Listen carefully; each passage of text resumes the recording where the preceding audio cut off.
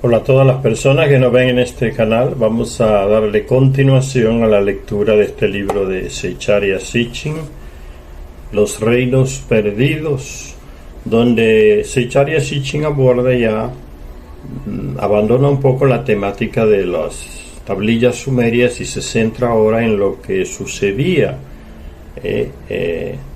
aquí en nuestro continente, años antes de la llegada de los españoles. Y ya hablábamos entonces la última vez de que los indígenas aquí en América tenían un dios que era precisamente el dios de los Anunnaki, o sea, el creador de todo. Ya conocían el símbolo de la cruz que representaba el planeta Nibiru, y lo han diseñado en algunas imágenes de Quetzalcóatl, la serpiente emplumada, donde aparece con un objeto en la mano que es como un arma de las que ellos usaban, y un escudo, y ese escudo tiene precisamente el símbolo de Nibiru, un planeta que tiene unas colas de fuego como si fuese un cometa. Entonces era una religión mucho más avanzada que esa que traen los españoles. El Dios, dice, el creador de todo. Eso creen los Anunnaki, en el creador de todo. No hay definición con palabra humana para identificar eso que ellos llaman el creador de todo. Entonces por eso no es manipulable por los terrestres ni por los Anunnaki, el creador de todo. Incluso nos presenta Zecharia Sitchin una plegaria a ese creador de todo, que los Anunnaki le enseñan a los indígenas aquí, a los aztecas, donde se veneraba Quetzalcóatl, que no es más que el Tehuti o el dios Tot de Egipto, o el Ningishida de Sumeria, que ayudó a su padre Enki a crear el terrestre primitivo, experto en genética, que le transforma la genética a Caín, que tenía barbas como las personas del Medio Oriente hasta el día de hoy, ¿no? Son barbudos. Y esa manipulación genética que Ningishida le hace a Caín, pues le transforma, dice el texto de las tablillas del libro de Enki, ya no le salían barbas a Caín y a sus descendientes. Entonces lo traen aquí a América, Ninurta lo trae aquí a América con su esposa y sus descendientes, se instalan. Esa es la descendencia de Caín aquí en América, los indígenas de Caín.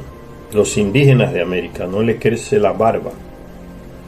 En esa oración al creador de todo decía así: tú habitas los cielos,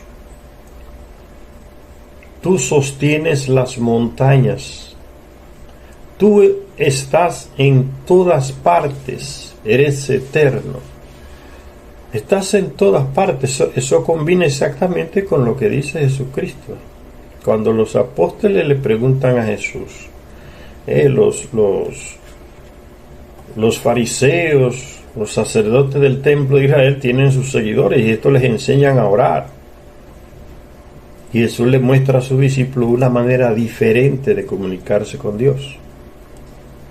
Ve a tu cuarto. Cuando quieras orar, comunicarte con tu Padre, ve a tu cuarto, tráncate allá y habla con Él, reza con Él. Tu Padre, que todo lo escucha y lo ve, sabrá responderte.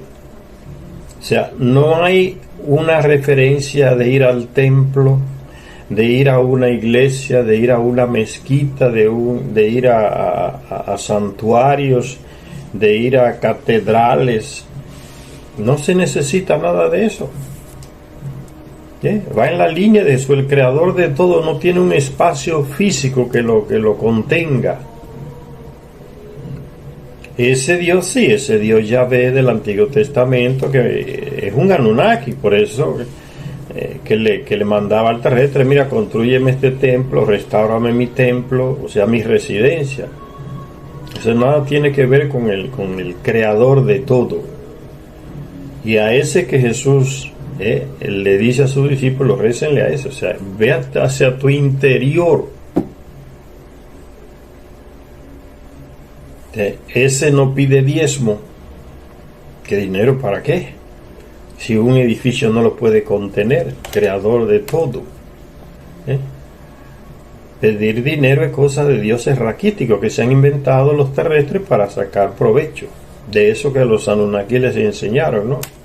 Ustedes son mis servidores. El sumo sacerdote antiguo en Mesopotamia era simplemente un servidor de un señor que es un Anunnaki. Y a esa residencia de ese Anunnaki, donde ese sumo sacerdote era el encargado principal de administrar esa residencia, los terrestres le llamaban de templo. Y después de esa oración entonces dice Zecharia Sitchin: sin embargo, aún con todas aquellas sorprendentes similitudes entre lo que ya existía en España, en Europa, y esto que ellos encontraron acá, religiones, reyes, cortes, palacios, pero mucho más grande que lo que había en Europa. En Europa no hay pirámides de piedra enormes, estos edificios enormes como tenían esta gente acá. Los aztecas, los mayas. Eso es lo que sorprende a los españoles. Sin embargo, aún con todas aquellas sorprendentes similitudes, existía una desconcertante diferencia con la civilización azteca. No era solo la idolatría, ¿ves? Esa palabra se la trajeron los españoles.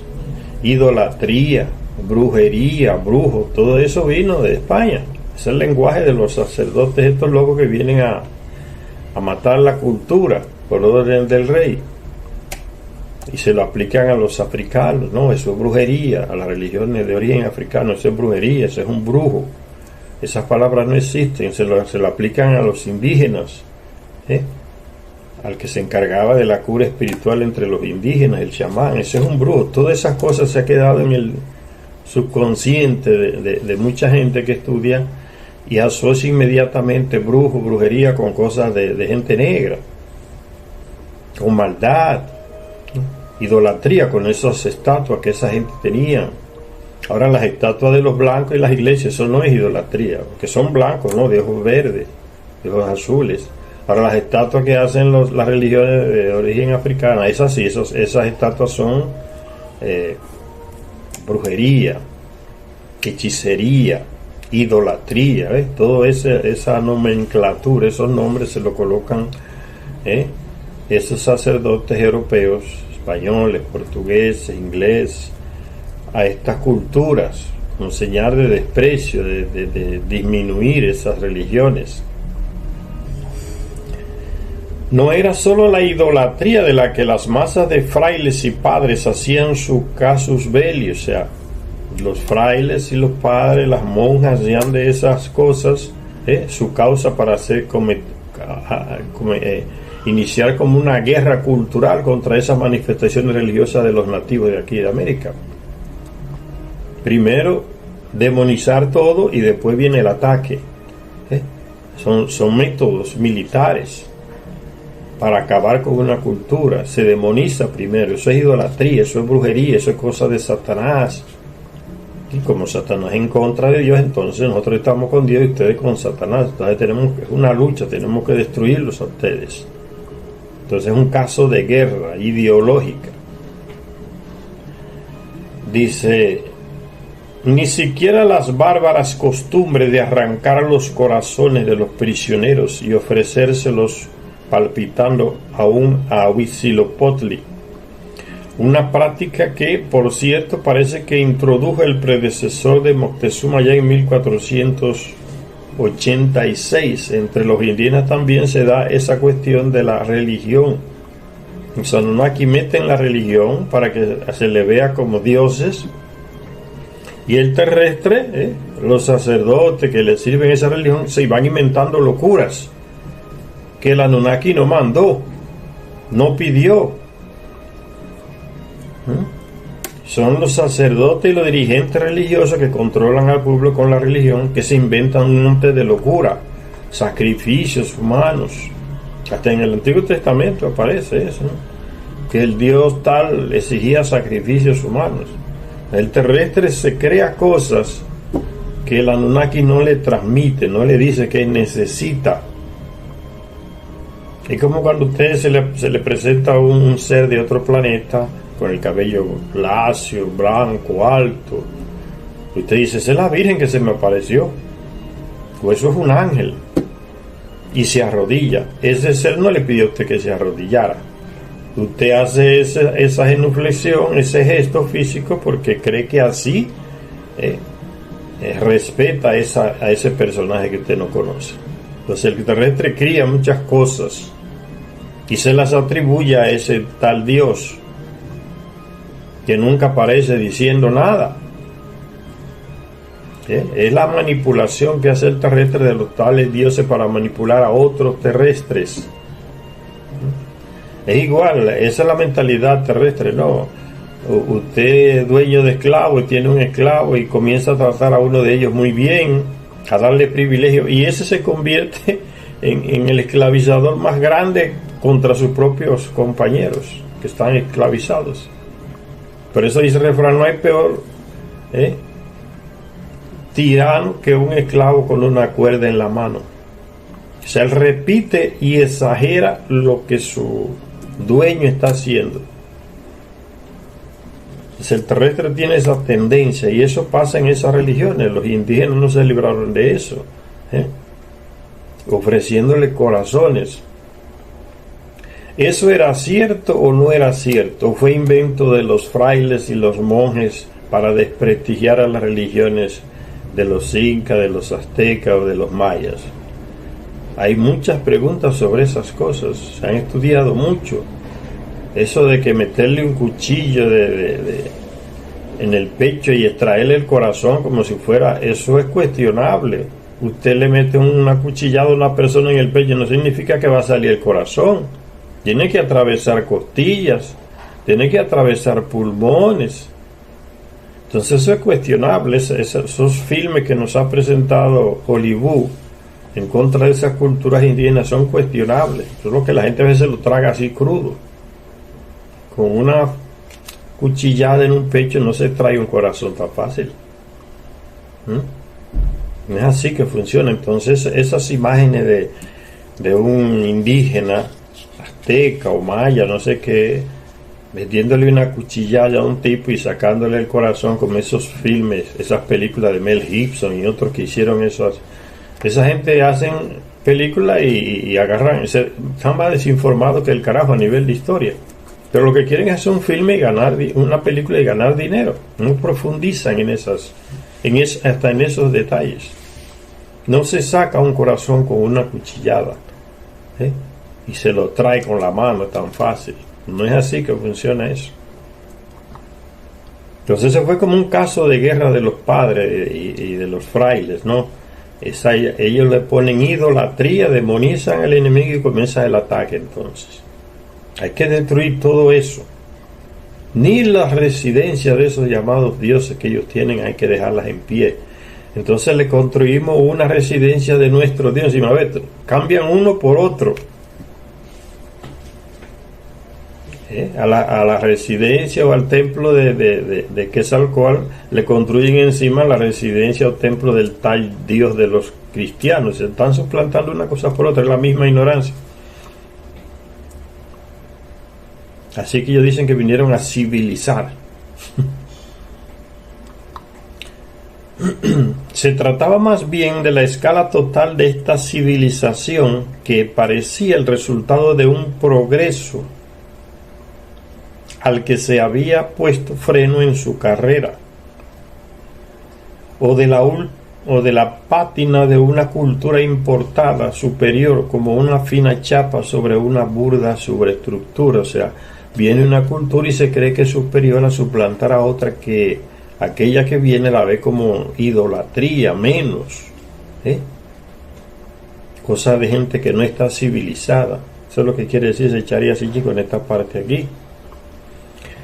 Y sigue diciendo Sitchin: los edificios eran impresionantes y estaban ingeniosamente diseñados, pero no se construían con piedras talladas, más bien semejaban las construcciones de adobe o piedra de los campos burdamente sujetas con simple argamasa. El comercio era amplio, pero no era más que un comercio de trueque, cambiar. En portugués, trueque, trocar, cambiar una cosa por otra. Tú me das arroz, yo te doy carne. Tú me das una raíz, yo te doy un pez. Eso es trueque, trocar, cambiar algo por otra cosa. Una tela por un cuero, lo que fuera. Dice: el comercio era amplio, pero no era más que un comercio de trueque. Fíjense, no había oro en ese comercio, porque el oro, el indígena de América no lo tiene como una moneda de cambio. El oro es simplemente para adornos. El comercio era amplio, pero no era más que un comercio de trueque. Cuando los españoles llegan, y esas grandes culturas que habían existido aquí, eran apenas remanentes de lo que quedaban de eso. Ya todas esas ciudades inmensas de los mayas, de los aztecas, entonces estaba ya cubierto por la selva. Entonces significa que hacía miles de años que esas culturas habían desaparecido. ¿Por qué? ¿Dónde fueron? No tenemos esa información, pero lo cierto es que cuando los españoles llegan ya había una decadencia grande de esas grandes culturas aquí en América. Y miles de años atrás que se construyeron esas pirámides. ¿Qué pasó? ¿Por qué fueron abandonadas esas grandes ciudades? Eso no tenemos la información todavía.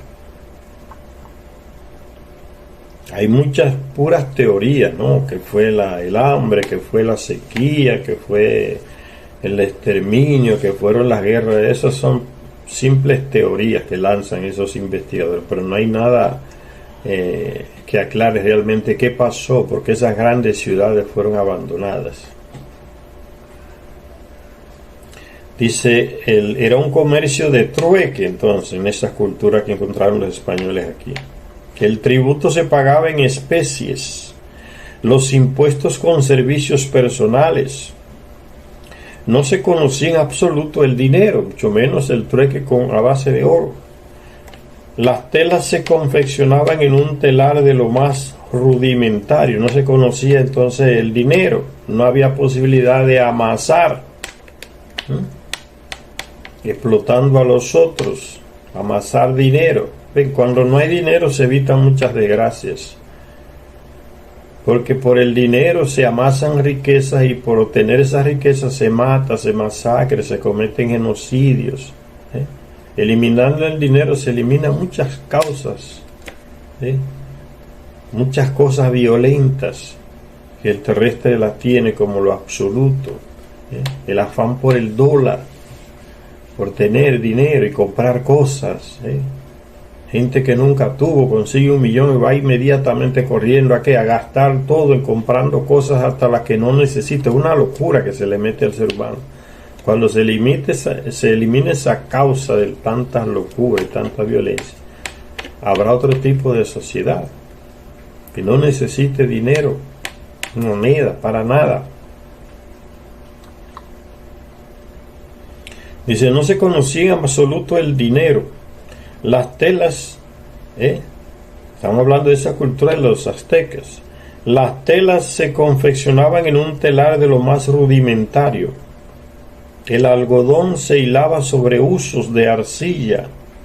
Un uso, un aparato que aún tiene en muchos lugares del interior de nuestros países. Nuestras abuelos, bisabuelos usaban usos para tejer ropa. Se usa mucho en el Perú, en otros lugares donde los indígenas crean su propia ropa, su propia tela, usando un uso. Esa palabra no sé si la colocaron los españoles o es la original de esos instrumentos, no lo sé. Pero uso con H se refiere a ese aparato donde se confecciona una tela.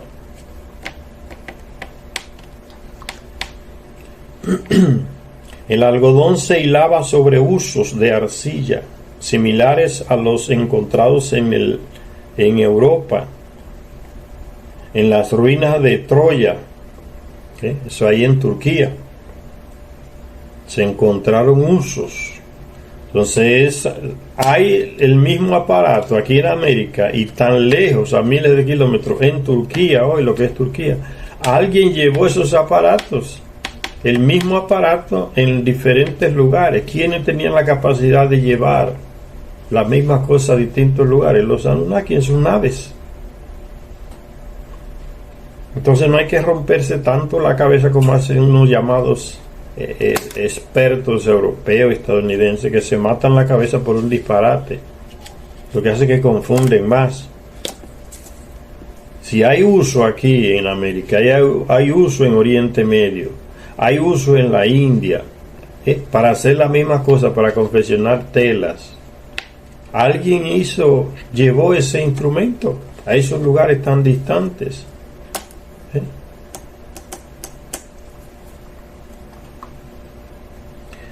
Dice, inclusive en la Palestina, en algunos lugares de la Palestina del tercer milenio, 3000 años antes de Cristo, ya aparecía el uso para hacer telas también. Tanto en sus herramientas como en sus armas, los aztecas estaban en la edad de piedra, como dicen los europeos, la edad de piedra, la edad del hierro, la edad no sé de cuánto, y dividen la historia humana en edades según lo que ellos le ha dado la gana. Mas la realidad demuestra que la cosa no es así. Se fijan esas teorías que ellos inventan como si fuera un dogma, o sea, algo que tiene que ser, eso es lo verdadero, la verdad absoluta.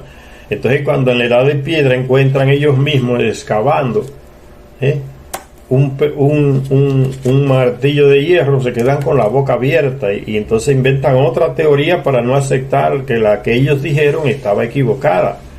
Bueno, si estamos en la edad de piedra, ¿cómo es que aparece un martillo hecho de hierro? Entonces acusan al martillo y dicen, no, es que ese martillo está en la época equivocada, en el lugar equivocado. Es la cosa más estúpida que inventan esos llamados expertos. En lugar de cuestionar lo que ellos han elaborado con lo que le muestra la realidad, que es el martillo de hierro, significa que alguien lo estaba usando en esa época. No, ellos descalifican el objeto y mantienen su teoría. No, es que edad de piedra, eso no puede, si eso está ahí, entonces eso alguien lo lanzó ahí de otra época, eso no está fuera de época. Descalifican las cosas. Así son de atrasados mentales, ¿no? Y quieren imponerles sus teorías a todo el mundo, como que es lo más avanzado. Es una mentalidad de museo, gente que no cambia nada. Las teorías no las cambian, quizás las cambien después de miles de años. Que la realidad le está dando en la misma cara y aún así no cambian los disparates que han inventado. Lo que más habla es la realidad, no la teoría que usted inventó. La realidad te dice, no, que no había hombre cuando los dinosaurios. Bueno, entonces, ¿cómo te explica esas huellas de hombres al lado de las de dinosaurios? Iban caminando juntos. No, eso está fuera de época, pronto, ya lo descalificaron. La teoría de ellos continúa igual, de que no había hombre en la edad de los dinosaurios. Y lo que le dijo la realidad, que es más fuerte que lo que él tiene, porque la realidad es concreta y aquellos locos tienen teorías en la mente. Y aún así no cambian. La realidad le está diciendo, no, eso aquí es lo real, mira, aquí está el hecho, el objeto. Nada, no cambia, son tercos. Se parecen a aquellos jefes de la iglesia que Galilei convocó a su pequeño laboratorio en un país de Europa ahí. Esos locos de la iglesia volvieron para atrás porque los sumerios ya conocían todos los planetas de nuestro sistema solar. Entonces en Europa volvieron para atrás. Esa edad oscura, la edad media, Solo en Europa, esa gente volvieron para atrás. ¿Y quién era la que guiaba ese retroceso cultural? La iglesia. De Galileo Galilei llama a un grupo de obispos cerrados en su doctrina, en sus teorías, que pensaban que la Tierra era el centro de todo y no el Sol, y que el Sol también giraba alrededor de la Tierra. Porque la Biblia dice que Dios creó el cielo y la tierra, entonces el Sol, el centro de todo es la tierra, porque nadie puede ir en contra de la palabra de Dios. Todas esas estupideces las tenían esa gente en la cabeza.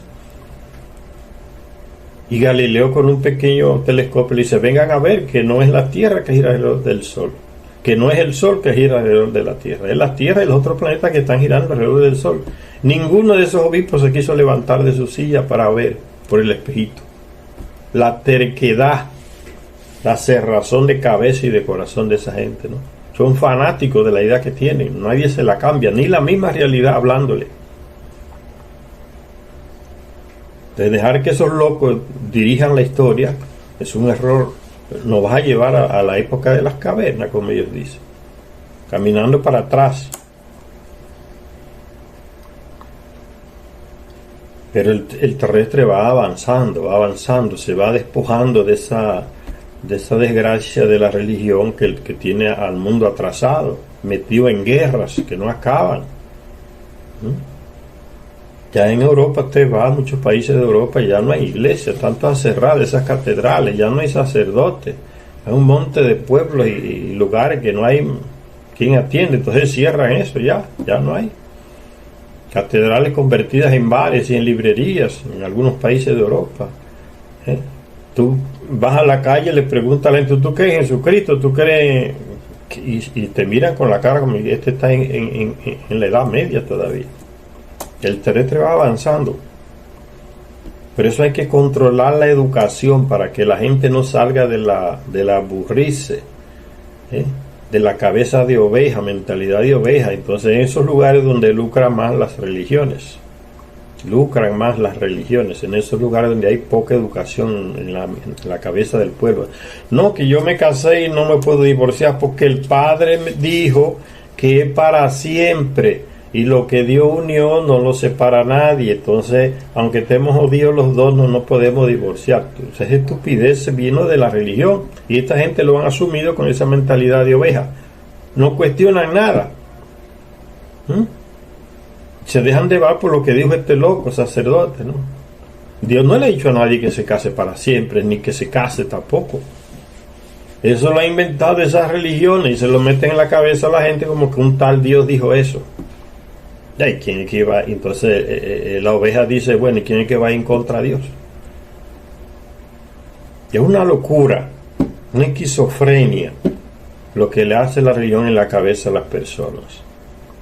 Le mata la capacidad de hacer preguntas, de cuestionar. Dice: no, solamente cierra los ojos y crea. Aunque sea la cosa más absurda, no cuestione, no haga preguntas, crea nada más. Todo lo contrario a usar su propia razón para reflexionar, para pensar sobre las cosas que le dicen. Criticar, cuestionar. La religión te mata eso.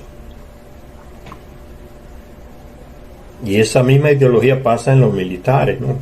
No, si usted viene aquí y comienza a hacer preguntas, usted no sirve para militar.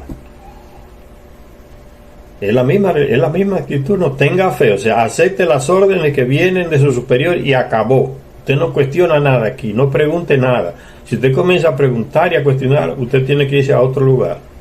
Usted no sirve para guardia, para militar. Aquí hay gente que obedece y cierra los ojos, pronto. Esa es la misma ideología.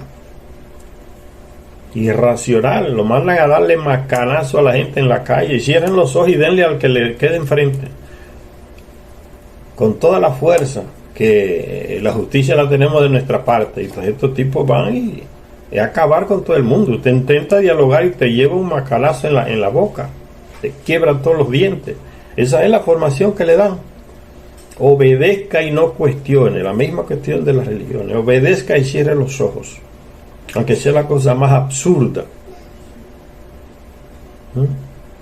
Métale un tiro a fulano. Si usted comienza a cuestionar: yo no soy asesino, yo soy un militar, defiendo la patria. Y la patria son las personas. Ah, usted no sirve para militar, váyase de aquí. Preso y después se va. ¿Sí? Quieren ovejas, es la misma mentalidad religiosa, las ovejas. Y justifican eso, ¿no? Diciendo, no, es que con las ovejas que obedece todo lo que tú le dices, así que se puede ganar, y así que se impone la disciplina. Hay una ideología para justificar todas esas cosas absurdas, ¿no? Dele macanazo, métale bomba a los niños, a las mujeres, no importa, pero mantenga sus zapatos limpiecitos, su ropa bien planchadita. Eso es disciplina. Ahora, matar a niños, mandarle una bomba a un edificio lleno de mujeres y niños, eso no tiene nada que ver con disciplina. Es pura hipocresía. Y esa es la mentalidad que se sigue. La formación que se le da a estos señores son tan deshumanizados.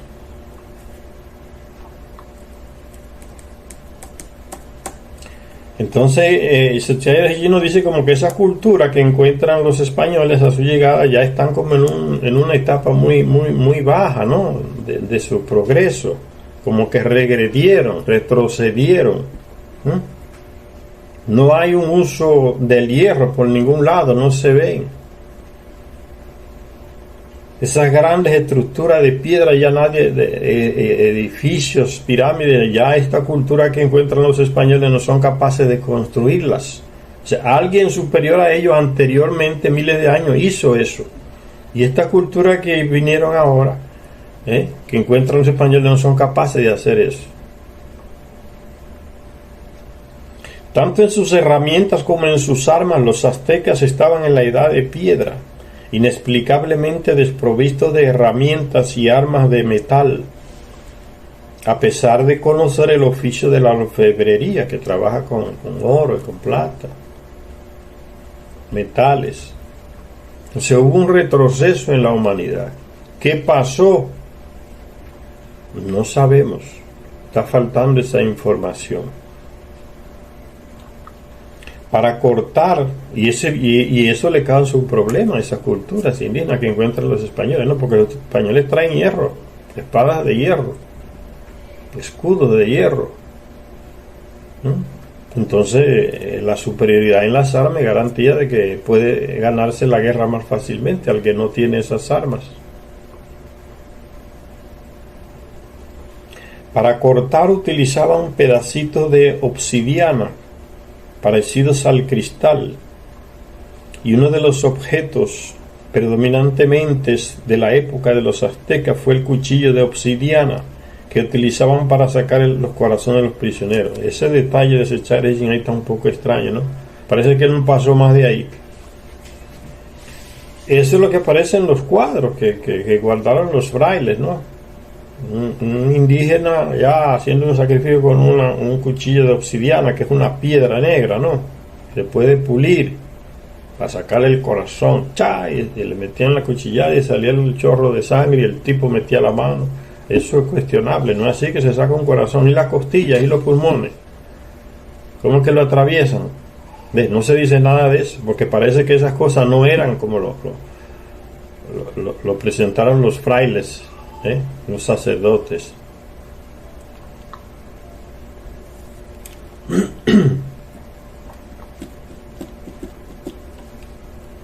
Debido al hecho de que otros pueblos de América no disponían de escritura, los aztecas parecían un pueblo más avanzado, al menos en este aspecto. Bueno, ¿y por qué los españoles se dedicaron a quemar libros, documentos? Para después decir, esta gente no tiene escrita, no hay libros, todo lo que encontraban escrito o lo quemaban o se lo robaban y se lo llevaban a Europa. Todo. Quemen o róbense lo que no puedan quemar y llévenselo a Europa. Para que los niños que van creciendo de esta cultura aquí, de este pueblo indígena, se den cuenta que no tienen nada. Y lo que tienen es lo que nosotros le vamos a meter ahora en la cabeza. Fue un trabajo cultural horrible, un genocidio cultural. Tú agarras una tribu de cualquier de esas que hay aquí en nuestros países, Y le dice, mira, tus ascendientes viajaron hasta Asia en barcos. Y el indígena te mira y se ríe de ti. Este está medio troqueteado de la cabeza, ¿no? Porque él no tiene ya esa historia de sus antepasados. Él tiene la que los españoles metieron a sus ascendientes, que eran niños criados en los conventos, adoctrinados por los sacerdotes, que le fueron eliminando todo ese bagaje cultural. Quedó muy poco, casi nada de la antigua cultura de esos pueblos. Por eso te ríen de ti, que fuimos a Sumeria. ¿Qué es lo que este loco está hablando? Pero las investigaciones antropológicas dicen que sí, que hubo un contacto entre indígenas de América del Sur y los de la Polinesia, que es el mismo ADN. ¿Ven? Entonces hubo un trabajo cultural de aniquilación, dejar todo en blanco para meterle lo de los europeos en la cabeza a los indígenas. Entonces imagínense ustedes el trabajo cultural profundo que hay que hacer para superar toda esa generación de gente que fue blanqueada a nivel de cultura.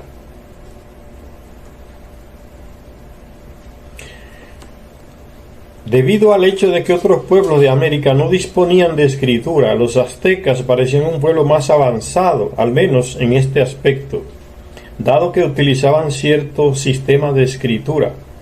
Pero no era una escritura alfabética ni tampoco fonética. Consistía en una serie de imágenes como dibujos en una tira cómica. Esa es la idea que tiene el europeo de esas cosas que él no entiende, de ese tipo de escritura que él no entiende, que es normal. ¿No recuerdan a Enki, a Enlil dando la orden?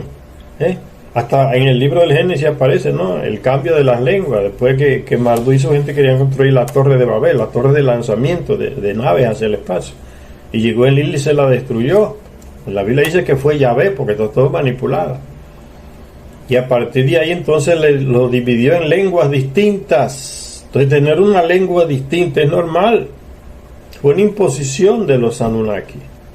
Y se dedicaron por todas las culturas del mundo a enseñarle un idioma diferente a cada cultura para mantenerlos divididos. Y así vencerlo mejor, para que nunca hicieran un proyecto común. Y en el texto bíblico también se dice que antes de eso todos hablaban una misma lengua. Los Anunnaki hicieron ese trabajo para controlar el terrestre. Dividamos todos esos pueblos en lenguas distintas. Ahí le elaboraban, tienen la tecnología, elaboraban una lengua distinta para cada pueblo, para cada región. Es normal que esta gente tuviera escritura distinta a esa y que no se encaje en las categorías que traen los europeos. Entonces el europeo que llega y ve esas cosas dice, esto no parece ni escritura. ¿Por qué? Porque él tiene el concepto de él compara las cosas a partir de lo que él tiene en la cabeza. Es incapaz de hacer empatía con otra cultura distinta, de ver algo distinto. Es como cuando aquí el terrestre dice, vamos a ir al planeta Venus, y él va con los esquemas de aquí. No hay oxígeno, entonces no hay gente, porque tiene que ser como aquí, que respiramos oxígeno. Y si sucede que allá se respira otra cosa y no es oxígeno, o sea, usted no tiene la capacidad de ir más allá de sus principios, de sus ideas. Como que porque no hay oxígeno no hay gente. ¿Y quién dice que tiene que ser igual que aquí para que haya gente? Tienen las ideas de aquí, y si no es como aquí, entonces no está bien hecho. Y esa es la mentalidad del terrestre. Tú vas a un campo y ellos están acostumbrados a comer un alimento. Tú llegas de otra cultura, y preparas ese alimento de otra manera y con otros ingredientes le colocas otros ingredientes que lo hacen más rico a nivel de nutrientes, a nivel nutritivo. Y esa gente que está acostumbrado con su torta, por ejemplo, comerse la vacía, te dicen, ¿y este qué es lo que está haciendo? Este tipo es extraño, metiéndole un huevo en medio de la torta. Ya tienen unos esquemas fijos en la mente, y cuando se los rompen, te dicen que descalifican al que lo rompió. No se abren a algo nuevo.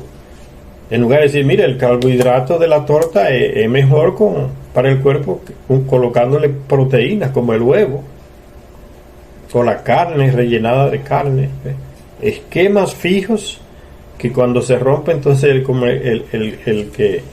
el que recibe ese impacto se cierra. Eso le pasaba a los españoles aquí, ¿no? Vieron cosas distintas y en lugar de abrirse a cosas distintas, se cierran en lo que es de ellos y juzgan todo a partir de lo que es de ellos. O sea, aquello es bueno, malo, avanzado, atrasado, según se parezca a lo de nosotros. Una cerrazón mental. Con esa mentalidad es así, no se avanza. Y la cuestión es usted enriquecerse con algo distinto a lo suyo. Por eso es bueno viajar, visitar otros países, tener contacto con esa cultura, despojándose de ese esquema fijo que usted tiene. Es que fui allá y fui aquí y vi y comparé con el mío. Y ¿por qué no podemos hacerlo de tal manera como ellos lo hacen? Porque hay culturas más avanzadas que otras, que tienen conocimiento que la suya no tiene. En lugar de ir a despreciar lo que no es igual que lo suyo, trate de enriquecerse con aquello distinto, sin miedo.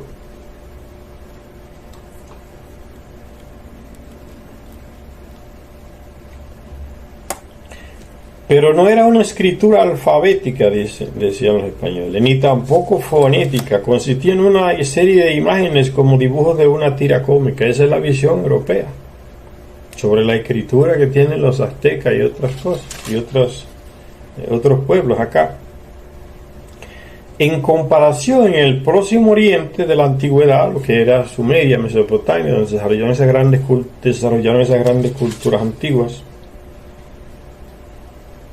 en comparación, en el Próximo Oriente de la antigüedad, que es donde apareció la escritura hacia el 3800 a.C., en Sumeria, en forma de pictogramas, estos se estilizaron con rapidez hasta convertirse en la escritura cuneiforme.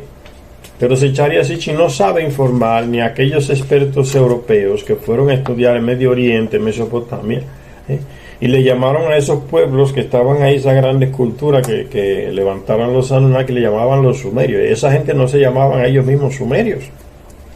Que esos expertos europeos que fueron allá, hasta el día de hoy no saben de dónde llegaron esos pueblos ahí a Mesopotamia. Esas culturas. Uno de ellos inventó, leyó un texto de eso y apareció la palabra Sumer, con H, S-H-U, Sumer. Y entonces, ya ve que fue en inglés, y le agarró con eso y dijo, bueno, entonces ese pueblo se llama los sumerios, y así los otros, como ovejas, repitieron la misma cosa, pero aquel pueblo no se llamaba a él mismo sumerio. Ellos no se importaron en procurar cuál era realmente, de dónde vino aquel pueblo. Y si resulta que aquel pueblo fue de aquí hacia allá, porque uno tiene que tener la mente abierta. Si resulta que fue de aquí que fueron hacia allá, y aquí tenían nombre, eran pueblos con nombre, naciones, y fueron hacia allá, y eso fue lo que ellos encontraron cuando llegaron allá, los europeos, que hacía miles de años que de aquí habían ido allá. Que los Anunnaki le enseñaron, recuerden lo que dijimos, no, Ninurta y otros se encargaron de enseñar a los descendientes de Caín la navegación, el trabajar con los metales, la escritura, la matemática, la astronomía. Que ellos enseñaban eso donde estaban. Ese es el proceso civilizatorio que todavía continúa. Denle la civilización y vaya, se dijo miles de años atrás. Entonces uno tiene que tener una mente muy abierta para no ir a descalificar lo que uno encuentra en otro país o a querer meterlo en los esquemas que ya uno tiene. Un antropólogo tiene que tener una mente muy abierta, romper muchos esquemas, pero no es fácil porque usted estudia antropología en esas escuelas que toda la influencia viene de Europa, y si usted se sale de los esquemas, lo echan de la universidad.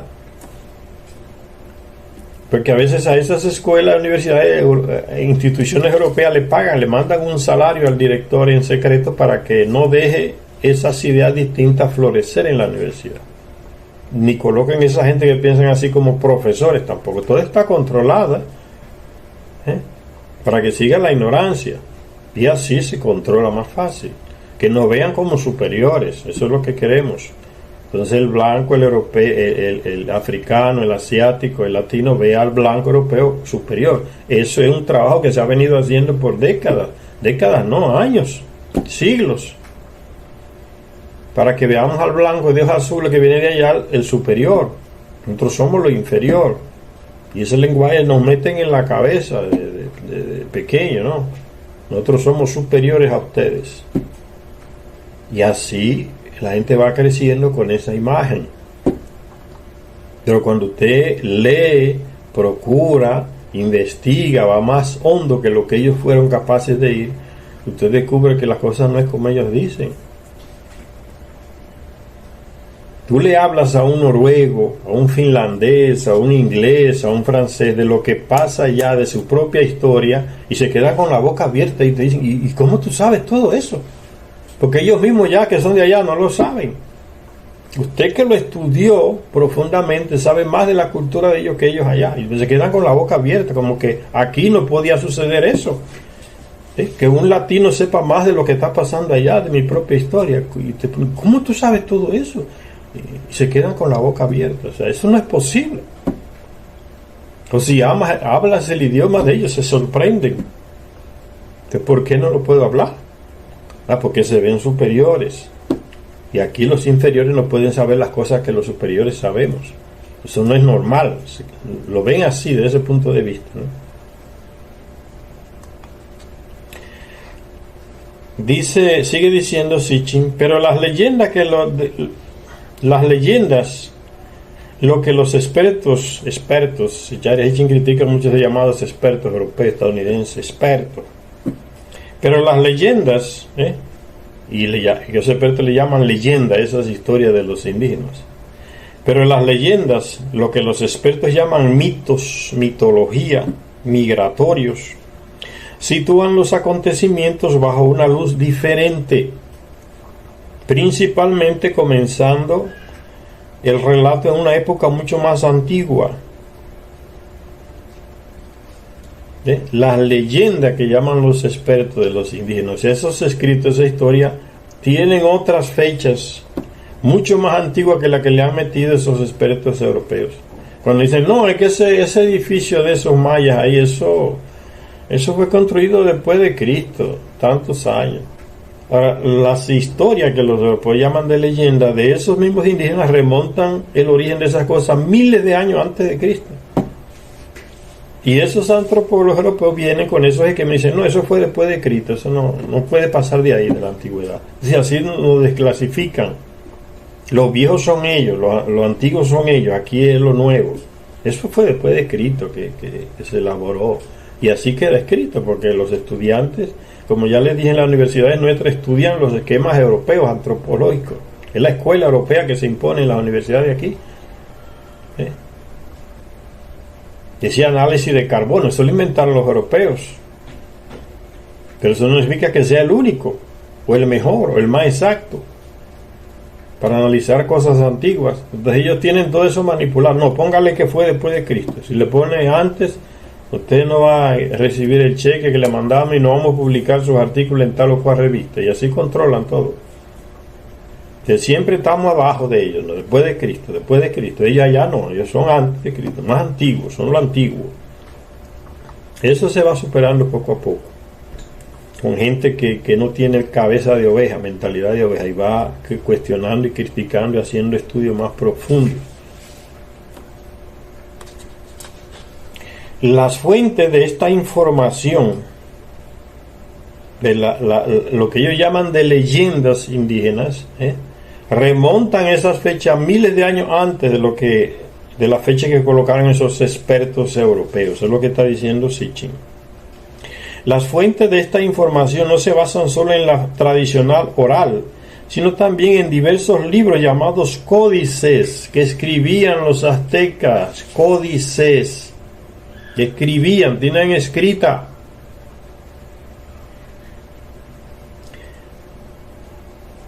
Estos, como el códice Baturini, recuerda lo que le dije, que tú hablas con un indígena de cualquiera de estos pueblos indígenas de nuestro continente y ya la influencia europea le apagó mucho de su cultura antigua. Y aunque ellos dicen, no, que esa es nuestra tradición, esa tradición que ellos hablan ahora, ya fue barrida, moldeada por lo que le enseñaron los españoles europeos 600 o 700 años atrás, cuando llegaron por acá.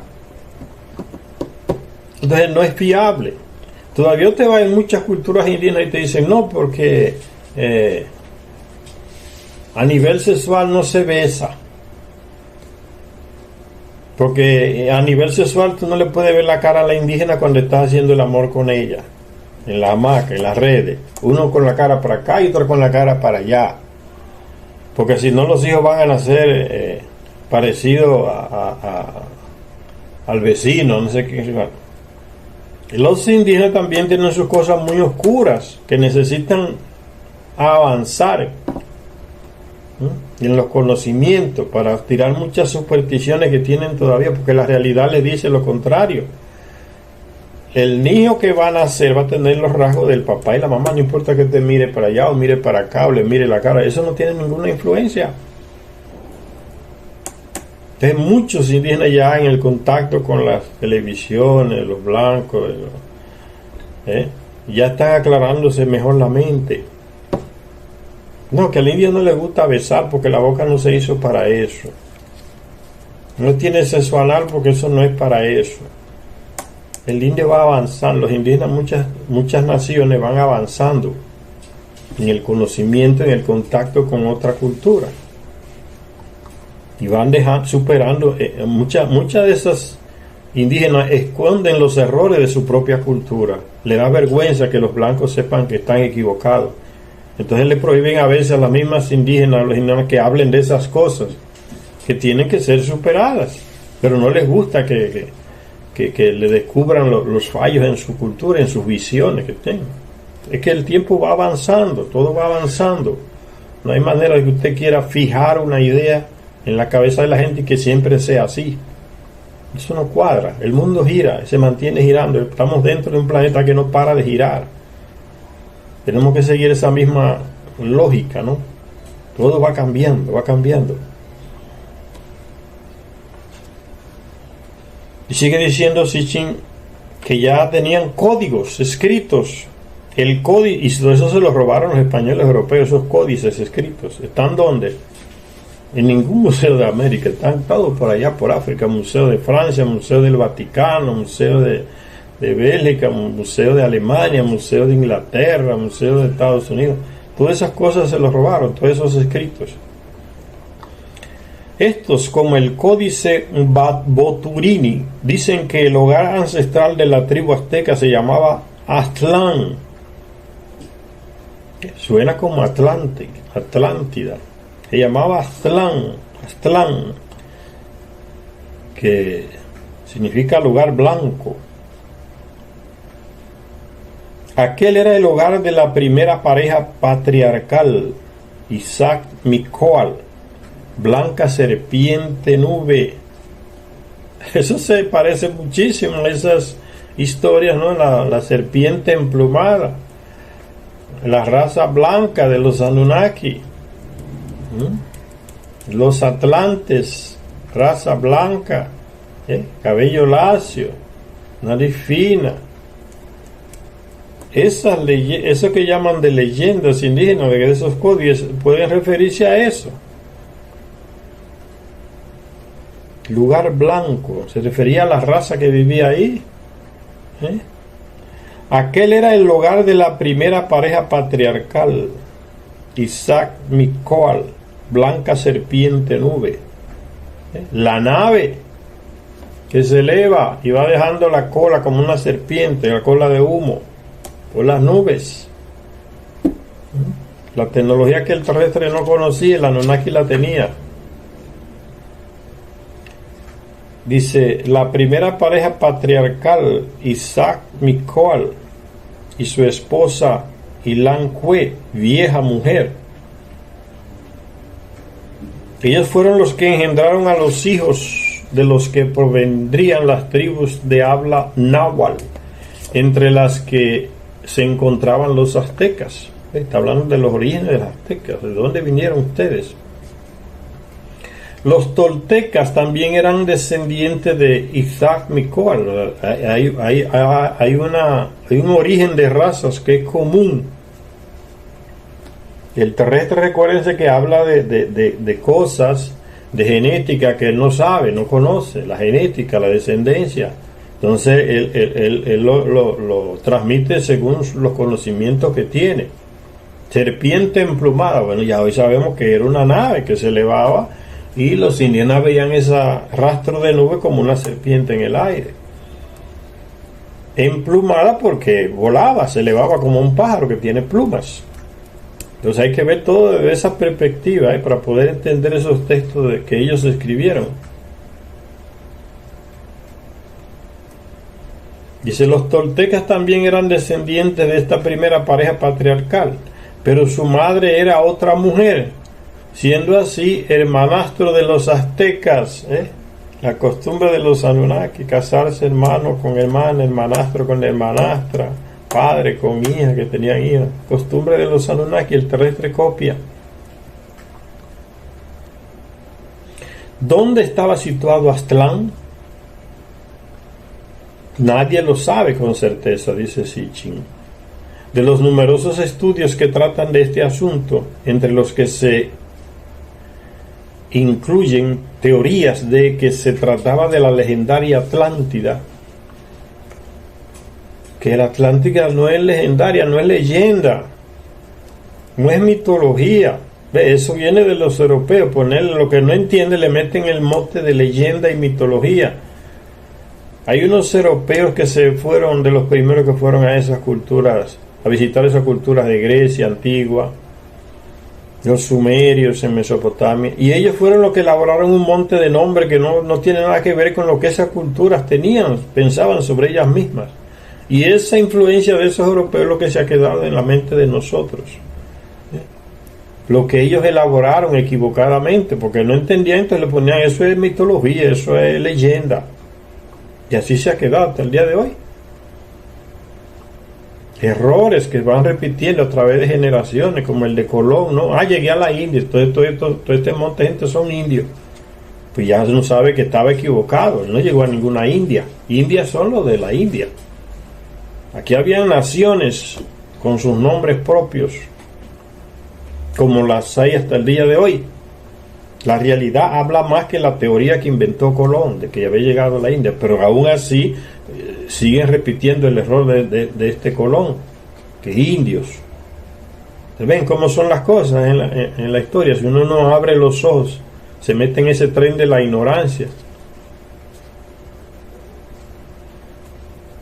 ¿Dónde estaba situado Aztlán? Nadie lo sabe con certeza.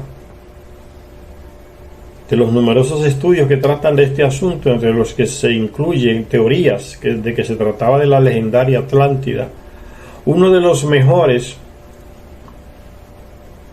escritores es Edward Seller, que escribió una obra en alemán, era alemán. Dice que Aztlán era un lugar que al parecer estaba relacionado con el número 7, habiéndosele llamado en alguna ocasión Aztlán, de las 7 cuevas. Son teorías. También se le describía en los códices como el lugar reconocible por sus 7 templos, una gran pirámide escalonada. Los sumerios, los Anunnaki, pirámide escalonada.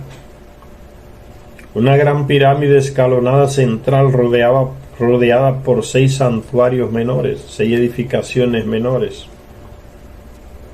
En su elaborada historia de las cosas de la Nueva España, Fray Bernardino de Sahagún, que escribió ese texto, Historia de las cosas de la Nueva España, utilizando los textos originales en la nativa lengua náhuatl, escritos después de la conquista, habla de la multitribal migración desde Aztlán. Hubo 7 tribus en total que dejaron Aztlán en barcos. No dice Platón que la Atlántida se hundió. Un cambio en la geografía mundial del planeta que siempre ha sucedido. Lo que antes era continente, lo que hoy es continente, antes no eran. territorios que estaban sumergidos se levantaron y están hoy. Otros que estaban antes se sumergieron y no están hoy más. Ese ha sido el proceso y va a seguir siendo. Huyeron en barcos. Ninurta les enseñó la navegación, descendientes de Caín. Huyeron en barcos, entonces vivían en una isla. Entonces fueron migraciones que se fueron yendo, entrando al continente y abandonando la isla porque previeron lo que iba a suceder. No es nada extraño, señor. Ustedes van al Pacífico, hay un monte de paisitos por ahí que son islas que ya la gente se está mudando a otro lugar porque se van, el mar las está cubriendo. Que es el mismo proceso. Sigue pasando. La geografía mundial, el planeta va cambiando las cosas. Esas islitas de aquí a pocos años ya van a estar sumergidas y otras van a salir. Dice que hubieron 7 migraciones, pero dice que ya, ¿quién habla? Habla aquí de que esos códices indígenas hablan de cómo era esa gran ciudad o la capital de la Atlántida, ¿no? Grandes templos. Es la misma estructura de los Anunnaki en Sumeria, señores. Grandes templos en Tenochtitlán, una ciudad rodeada por agua y con varios centros allá. Aztlán de las 7 cuevas. También se le describía en los códices como un lugar reconocible por sus 7 templos. Una gran pirámide escalonada, central, rodeada por 6 santuarios menores. No encontraron la pirámide escalonada los españoles ahí en Yucatán y se quedaron con la boca abierta. Hasta el día de hoy está ahí. Como ya les dije, ¿por qué se repiten las mismas cosas en distintos lugares? Porque hay alguien que hacía eso en distintos lugares, podía ir aquí, allá y venir, llevar la misma arquitectura, los mismos planos y levantar las mismas edificaciones. 7 pisos, el Sigurá en Sumeria, 7 pisos la pirámide aquí en Mesoamérica. Son las mismas gentes, señores. No hay que complicarse tanto la vida. En su elaborada historia, Sahagún dice que hubo una gran migración desde Aztlán. Hubo 7 tribus en total que dejaron Aztlán en barcos. Los libros ilustrados las muestran pasando junto a un hito cuyo pictograma, o sea, la representación gráfica, cuyo pictograma sigue siendo un enigma. Sahagún ofrece varios nombres para las estaciones del camino, llamando al lugar de desembarco Panotlán, que significa simplemente lugar de la llegada por el mar. Pero que por diversas pistas los expertos han concluido que se trata del actual Guatemala. Las tribus llevaban con ellos 4 hombres sabios para que les guiaran y les dirigieran, dado que llevaban consigo manuscritos rituales y conocían también los secretos del calendario.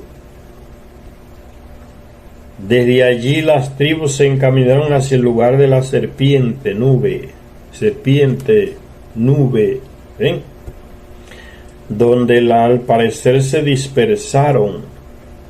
Por fin, aztecas y toltecas llegaron a un lugar llamado Teotihuacán, en donde construyeron 2 pirámides, una al sol y otra a la luna. Están hoy esas pirámides, señores. Los reyes gobernaron en Teotihuacán y fueron enterrados allí, pues ser enterrado en Teotihuacán era unirse con los dioses en la otra vida, exactamente igual como hacían los egipcios. El faraón se le preparaba después de la muerte para lo que iba a ir para la otra vida en unos barcos que eran las naves de los Anunnaki, ir para la otra vida, la vida larga, el ciclo de vida largo de los Anunnaki, las barcas celestiales. Entonces no eran barcos que iban por el mar. Por eso en Egipto usted ven los murales, los dioses en sus barcas y al lado de las barcas muchas estrellas. No es un barco, es una nave espacial. El terrestre que no conoce la tecnología le llama barca. ¿No recuerdan el arca de Noé? El terrestre le pone nombre que él haya lo más cerca de su conciencia a esas estructuras que él no conoce. Era un sumergible el arca. Porque a medida que avanza la ciencia nos acercamos más a la ciencia que se usó para construir aquellas culturas antiquísimas de miles de años atrás. A medida que avanzamos ya sabemos lo que es un ovni, que no es una estrella que iba guiando a los 3 reyes magos y se detuvo. Ninguna estrella se detiene, ninguna estrella entra dentro de un planeta a guiar a 3 loquitos que vienen de un lugar a otro. ¿Qué es lo que se detiene? Pues tenemos el conocimiento de hoy, viene volando y se detiene, ¡plap! Y cambia de dirección, milésima de segundo, un ovni. ¿Ves? La tecnología antigua estaba allá. Esta gente la tenían. A medida que avanzamos se va entendiendo mejor lo antiguo, porque eran ellos que actuaban en medio del terrestre que no tenía esa tecnología. Entonces dice que estas tribus que emigraron de Aztlán en barcos, ¿ven? En barcos, trajeron sabios, gente que les ayudaba a nivel intelectual a elaborar, a civilizarse, a hacer avances, ¿no? Crearon sus calendarios y después llegaron al continente, se van dispersando, es lo normal. Los reyes gobernaron en Teotihuacán y fueron enterrados allí.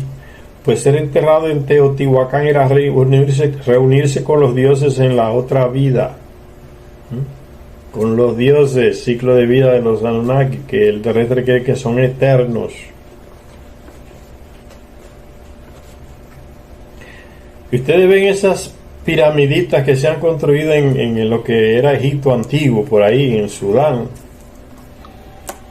en el país de Egipto hoy, y las compara con esas 3 grandes pirámides que hay en el valle de Gizeh, que hay en Egipto. Se dan cuenta, no, esto no ni se parece. Es el intento del terrestre emulando a esas 3 grandes pirámides que construyeron los Anunnaki para dirigir sus naves desde el espacio. Por eso están esas 3 todavía en pie, y todas esas otras que construyeron los terrestres, con piedras pequeñas y con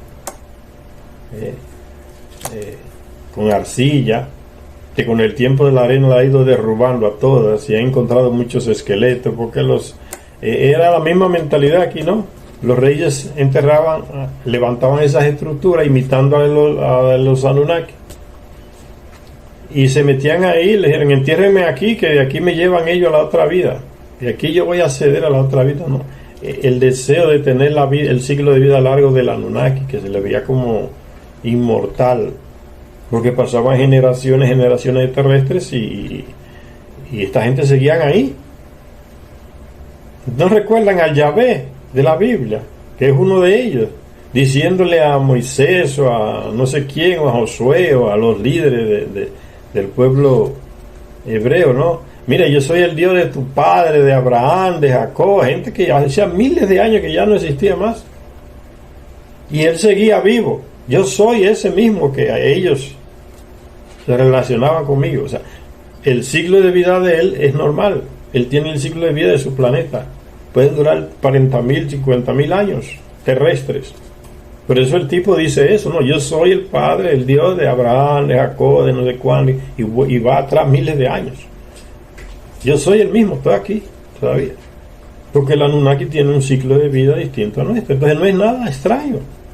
Está diciendo la verdad, yo soy el mismo tipo. No es que soy eterno, es que tengo un ciclo de vida más largo que el de ustedes los terrestres, simplemente eso.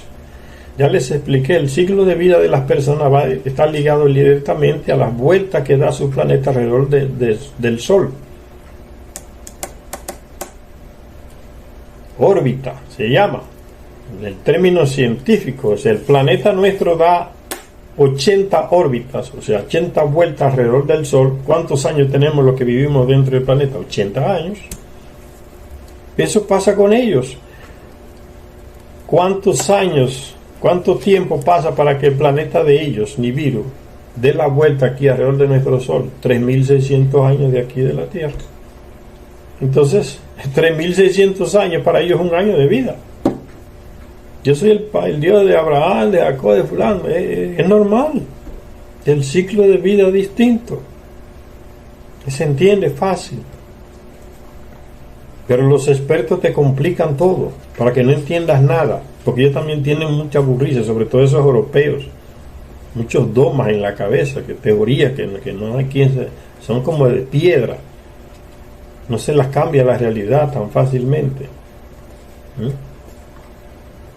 ¿No recuerdan el ejemplo que le puse no, es que esa le da de piedra, o sea, ahí no podía haber metal? Ahora descubren que un martillo de hierro en esa misma época de piedra, y entonces desacreditan al martillo en lugar de cambiar la teoría, como le estoy diciendo. No, es que ese martillo está en la época equivocada. No, es que su teoría está equivocada. Había hierro, aquí está la prueba, un martillo de hierro. No, eso no. Y se cierran y dicen, no, eso. Y ni hablan nunca más de eso, ¿no? Cuando no le conviene algo, cambian el tema. Desacreditan. Dice: los reyes gobernaron en Teotihuacán, se querían que fueran ser enterrados ahí en esa ciudad, porque al ser enterrados ahí ellos pensaban que iban a reunirse con los dioses en la otra vida, el ciclo de vida del Anunnaki, los llamados dioses. No está claro el tiempo que pasó hasta que se embarcaron en el siguiente viaje migratorio, pero en algún momento las tribus comenzaron a abandonar la ciudad sagrada de Teotihuacán. Los primeros en irse fueron los toltecas, que se fueron para construir su propia ciudad, Toyán. Los últimos en partir fueron los aztecas. Sus andanzas les llevaron a diversos lugares, pero no encontraban descanso. Eso lo dicen los investigadores europeos, no significa que fue así. Esta gente sale de un lugar y sabe a dónde va, no sale así a vagabundear para ver qué es lo que encontramos. Eso no es así, eran culturas avanzadas, sabían ubicarse en los territorios donde iban. Vamos a tal lugar. Los europeos lo ponen como que salían a divagar por aquí, por allá, a ver a dónde nos quedamos. No es así, es una manera de decir, no somos un poco salvajes. La manera de que los europeos expresan las cosas. Salieron así a desandar a ver dónde se quedaban. No es así, no. Sus andanzas les llevaron a diversos lugares, pero no encontraban descanso. Oye, qué cosa. Durante todo el tiempo de su última migración, su líder recibió el nombre de Mesitli, que significa el ungido. Eso viene de los sumerios, lo que hacían los Anunnaki. En él, según algunos, eso hasta se usa en otros planetas, señores. El ungido, para referirse al sol, como si fuera descendiente del sol. El hijo del sol. Significa que el sol tuvo relaciones sexuales con no se sabe qué planeta. Es una manera de llamar a las personas. El ungido. En él, según algunos expertos, Manuel Orozco Iberra, por ejemplo, en su libro Ojeadas sobre cronología mexicana, estaría el origen del nombre tribal mexica, el pueblo ungido. Teorías. Vamos a hacer una parada por aquí. En la próxima continuamos con la lectura de este libro, Los Reinos Perdidos.